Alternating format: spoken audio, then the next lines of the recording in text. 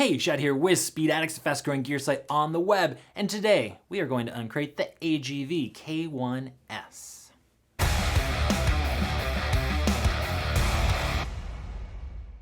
What's up, Speed Addict fam? Before we jump in and uncrate the brand new AGV K1 S, do us both a favor, subscribe to the Speed Addicts channel. It only takes a second. That way you don't miss out on any of the latest gear reviews coming your way. Speed Addicts is always getting first look.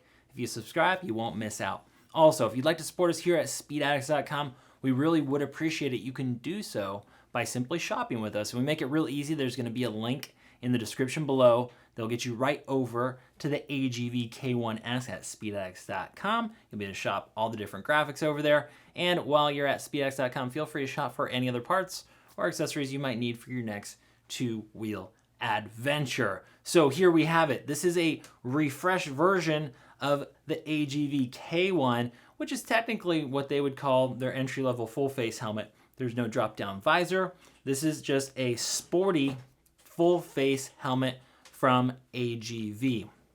If you're not aware, or the tricolor did not give it away, AGV is an Italian company. And so what you're getting with this K1 is a very, very stylish helmet that's gonna run between $219 and $299. This is a very crowded space in terms of price in the market and full face helmets. There's a ton of stuff kind of in that $200 to $300 range, but none of them quite look this sporty. I mean, this is just a killer design. It's inspired by the Pista. We've got the Valley 46 on here. There's going to be some excellent colorways. The Italians just know how to style a helmet. It looks fast. It's most at home on a naked bike, maybe sport.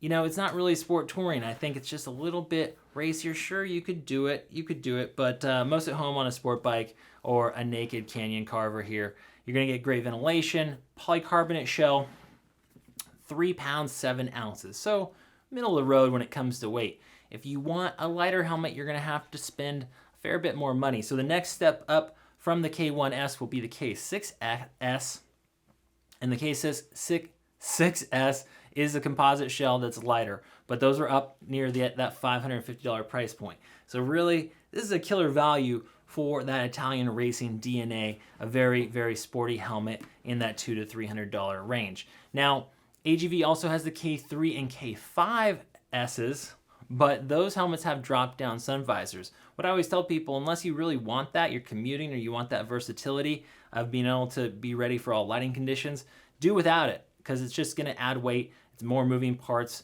to bother you or go wrong potentially. But yeah, full face, no drop down. You get the K1, K6, and of course you can move up to the Mac Daddy Pista. I've set the table for you. Now, why are they refreshing most of their line over at AGV right now? That is due to the new helmet standards over in Europe. There's ECE 2206 that's been rolled out for 2023. They're moving to the 2206 from the older 2205.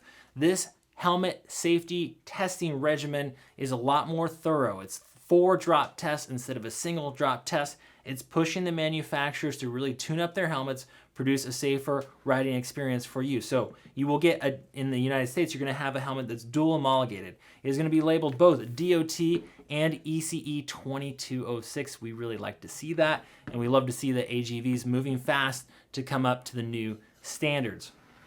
The helmet is going to be an intermediate oval, very friendly, true fit, 2 shell sizes, and you're gonna see a size range from extra small through to extra large. Now, when it comes to fitting motorcycle helmets, we would recommend that you're shopping with Speed Addicts humbly, because we're gonna offer you no cost returns. We don't nickel and dime you like those other guys. You're gonna get free return shipping. All you have to do is get over to our returns portal, a few clicks. You're gonna get that label. You can send it back for a return, exchange, same-day store credit, whatever you need to do. We're gonna hook you up and treat you like family. Okay, enough with my shameless plugs. Back to the K1S. Look at that spoiler. Find me a $200 helmet that's got a spoiler like that. That is bitchin', that air diffuser. It's really got a nice little whale tail accent to it. But let's go back to the front ventilation and turn it around. Try not to move the helmet too much. I know you guys don't like it when I move the helmet too much. Okay, here we are. So the crown vents. The design, pretty much the overall design and feature set from the original K1 is not changing. It's mostly like, has to do with the internals, the tuning of the shell, and the EPS to pass that higher safety standard. So when you set the K1 and the K1 S next to each other, you're really not going to notice a difference, but in case you're not familiar, we're going to do the full rundown here. So you have a suite of three, or an array of three different intake vents across the top. They are styled to make you look like you're going fast when you're just standing still. The cool thing is also underneath those vents is they got that honeycomb kind of vent design. It looks pretty sweet. So you have three up here, and then down below you have two more intake vents down below that are actuated by a lever on the inside here. Easy switch. You can get your mitts up in there. If you have the chin curtain installed, it's a little harder to fish around for that, but you can do it. So that is the intake ports on the front. On the rear, passive ventilation underneath that whale tail diffuser. You have two of them. The EPS is channeled and ported for your riding pleasure, so the air is going to circulate nicely, keep you cool, calm, and collected. Doesn't matter if you're doing track day, you're canyon carving, this helmet would be great. If you're just getting into the sport, you're looking to save some cash, you don't want to spend $1,600 on a pista, or maybe you just crash a lot, one or the other. You want an affordable helmet that's ready for a track day, this is a great place to start. Let's get over to the face shield. So great thing about this helmet, given the price point, they are going to give you that Pinlock prepped face shield. If fog's a problem where you ride, it's nice to have this. The Pinlock insert is sold separately. Usually we don't see the insert itself being included with the helmet unless it's more in that $400, $500, $600 price range. So sold separately on the Pinlock insert. If you're not familiar, that is an internal lens that you install in here. It's going to clip onto these nipples. It's going to reduce or mitigate fog.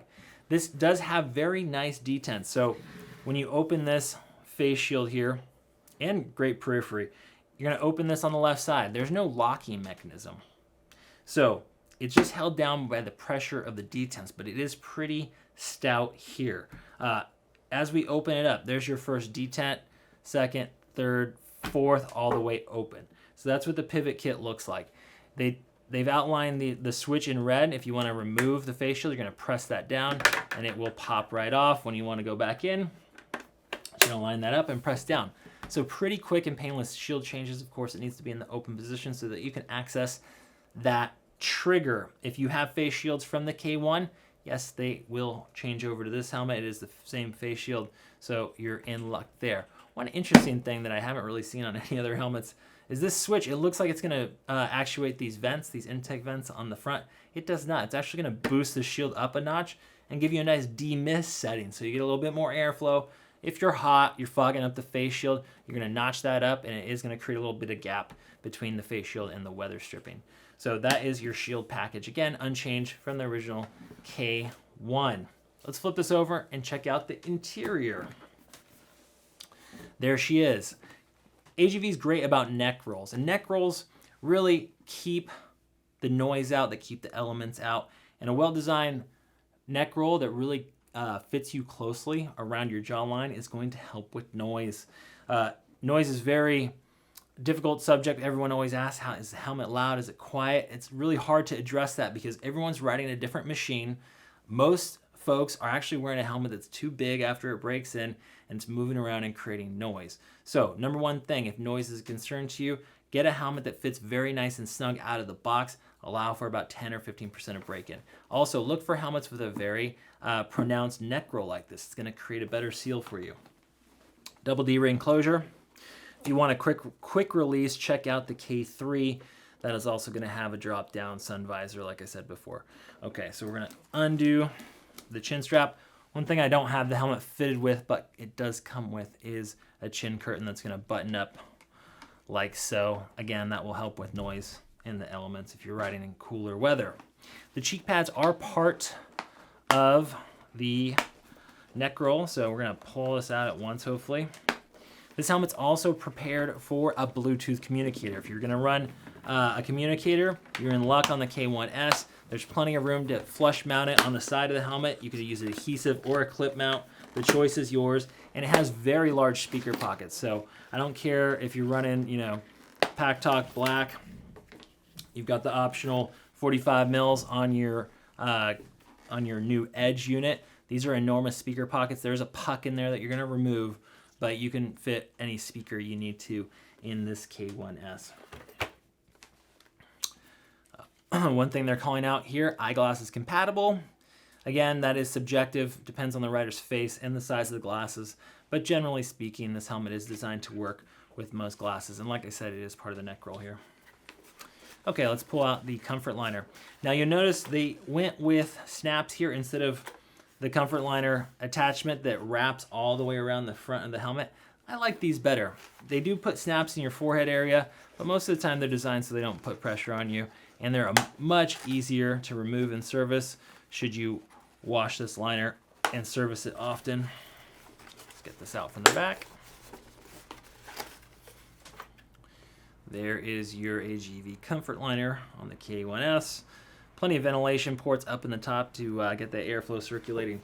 This is what the interior looks like. This is a multi-density liner. You notice up in that forehead area, all those holes, that is a pretty substantial amount of ducting in the EPS liner that is meant to line up with the actual comfort liner. And so lots of ports, lots of channels that run all the way to the back. And if you notice, they come all the way down. A lot of helmet manufacturers don't run the channels all the way down to the very bottom lip of the helmet. Pretty smart. That about does it. AGV is a little subpar on the warranty. Very hard to see what their policy is at any given time. Generally speaking, we hear it's typically about a year on most of their products. But to be fair, there's not a lot of moving parts on this. It's not a modular helmet. There's not a drop-down sun visor or anything else to go wrong. You just got a really sweet looking, traditional, full face, sporty lid here. It is the AGV K1 S, refreshed for 2023 with that new EC2206 homologation. Check it out at speedaddicts.com. And in case there's a question you have that I didn't answer, Rider Support is always standing by where you can talk to a human over there at Speed Addicts, over the phone, emails, or live chats.